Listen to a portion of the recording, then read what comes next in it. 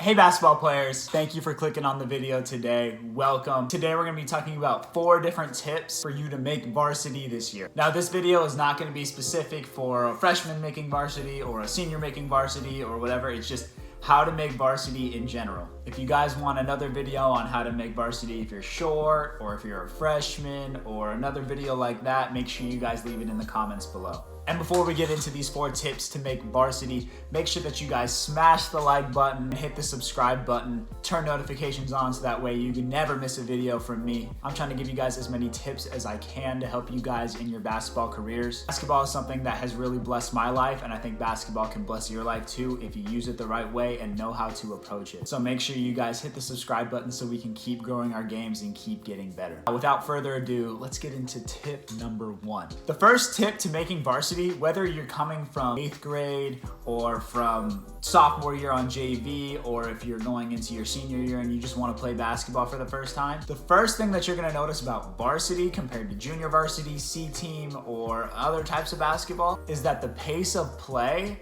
is really high. Pace of play is way higher than those other levels like JV and C team. You are gonna have to get your game to the point where you're able to handle the ball under pressure playing at a very high speed. Now, how do you find out if you can play at this speed? You gotta go to open gyms or something like that and play with varsity level players. Don't just go to the rec and play with one varsity player and think I can play at that level. Like, no, you gotta play with varsity 5-on-5 with varsity players to see if you can play at that speed and play under that kind of pressure. And not only that, you need to see if you're able to excel at that pressure. You need to be able to defend the other team's players at that speed. Be able to drive and handle the ball being pressured under a very high speed. You need to be able to advance the ball with that speed. If you're not able to, how you know if you're not able to is you always turn the ball over or you always get blown by, then you might not be ready for varsity. So to be able to get yourself to that point, you need to work on your game. You need to play in high level games with other players so that way you can continually get yourself to that point.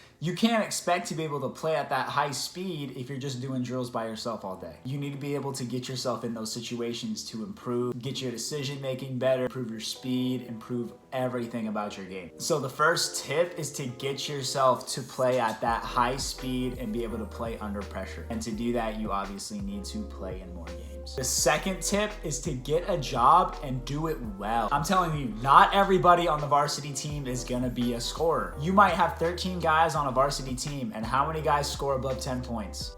3 probably at the max, you know what I'm saying? Maybe if you have a well-balanced attack, you might be able to get 4 or 5 players scoring double figures. But for the most part, players are not gonna be scorers. You have 3 scorers on your team, and there's a rotation of 9 guys that your coach plays for the most part, you're probably not gonna be a scorer. With that being said, you need to find a job that you can do well. Now this job might be a defender, you might be a great rebounder, might be great in transition. There's so many different things that you can be good at. Really try to excel. If you can be the best at one certain thing, you're probably gonna be able to make varsity. The best out of your whole high school at defending on the perimeter, you're probably gonna be able to play varsity even if you're not able to score like that. You know what I'm saying? You have to find a job, and if you can excel and show the coach your value with that one aspect of your game, you're gonna be able to find a spot on the team. Like if you're able to knock down shots under pressure, knock down just set shots, you're probably gonna find yourself on the team. If you're at a really competitive high school, that might not be enough. But for most high school players, if you're able to knock down shots 50, 60, 70% of the time, you're not gonna miss the team. You're gonna be on the team. So with that being said, you need to find one thing that you're really good at and try to excel at it. So pick it, find it, and display it. The third tip to making varsity is to get in front of the coaches. So many basketball players say that they didn't make the team or they didn't play very much because of politics. Now, are politics a part of basketball? I suppose, but for the most part, coaches are very merit-based. They will play you if they think that they can get something from you. They're not gonna play somebody who's gonna get blown by on defense. So in order to get on the coach's good side, you wanna be able to be seen by them as much as possible. So you need to get in front of your coaches. That's tip number 3. Get in front of them when they hold open gym. Get in front of them when they have a summer league or play summer ball with the high school team. Get in front of the coaches. The more you get in front of them, the more you work out. You can show your work ethic. You can show how good you are on the court, what you can do good for them. And then the coaches will continue to see that look, this kid shows up. He always puts in his work. He's knocking down more and more shots. He's playing really good defense. Let's pick him up and put him on the varsity team. Make sure you guys get in front of the coaches as much as possible. I remember back in high school, I would try to work out all the time in front of the coaches. Whenever I would hit the coach up to say, hey, can you let me in the gym? I was that kid, you know what I mean? And was I always the favorite of the coach?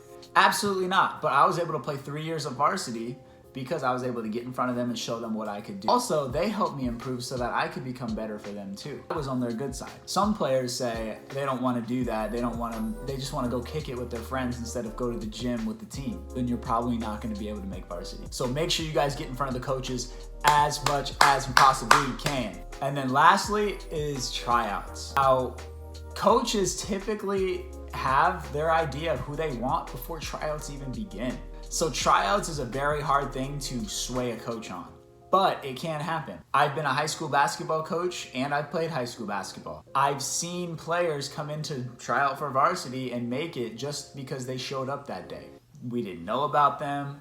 I remember there was a guy who showed up who we didn't think was gonna make varsity, but he really showed out during tryouts, and that allowed him to play. So for tip number 4, you need to be able to compete and show out at tryouts. Being able to compete is huge. Showing that you'll dive on the floor for a loose ball, that you can be a team player who shows leadership skills, and you really show up and you show out doing that one thing that we talked about earlier, one thing that you stand out in. So a lot of things that players might say is, well, I didn't get the ball at tryout. One, you didn't get the ball, not because players didn't want to give you the ball. It's because you never showed that you were a great player before tryouts. So I need to go back to tip number 3, get in the gym as much as possible in front of the coaches and with your teammates. They'll pass you the ball if they trust you. Make sure that you get the ball and do what you do, or get on defense and do what you do. That is so crucial and so important. Make sure that you show out and you get the ball. And if you don't get the ball, you gotta show how to do it in other ways. Pro tip for tryouts, never take the ball out of bounds under the basket. When you guys are scrimmaging,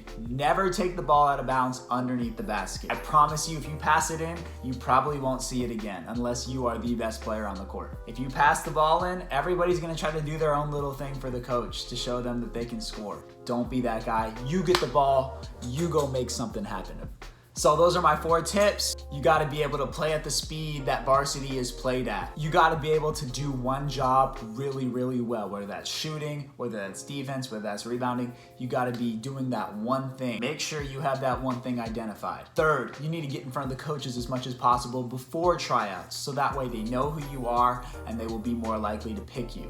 And then 4th, it might be a little bit too late, but show up and compete at tryouts. Be that dude that's on another level compared to everybody else. Coaches can take notice and pick you up on the varsity squad.